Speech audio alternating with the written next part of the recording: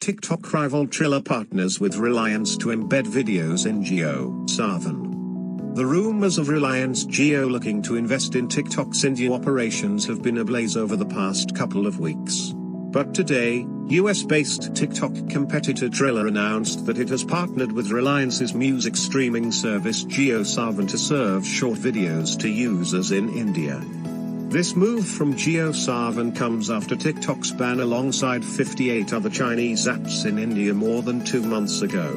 The TikTok has since been unavailable for download via both the Google Play Store and iOS App Store. What changes will we see in jiosaavn with this partnership?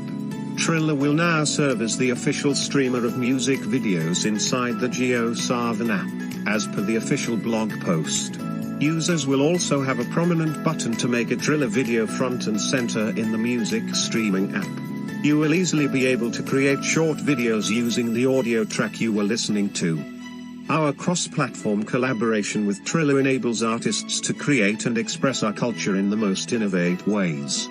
We are confident that this partnership will exponentially grow both companies, said Rishi Malhotra, co-founder and CEO of jiosaavn.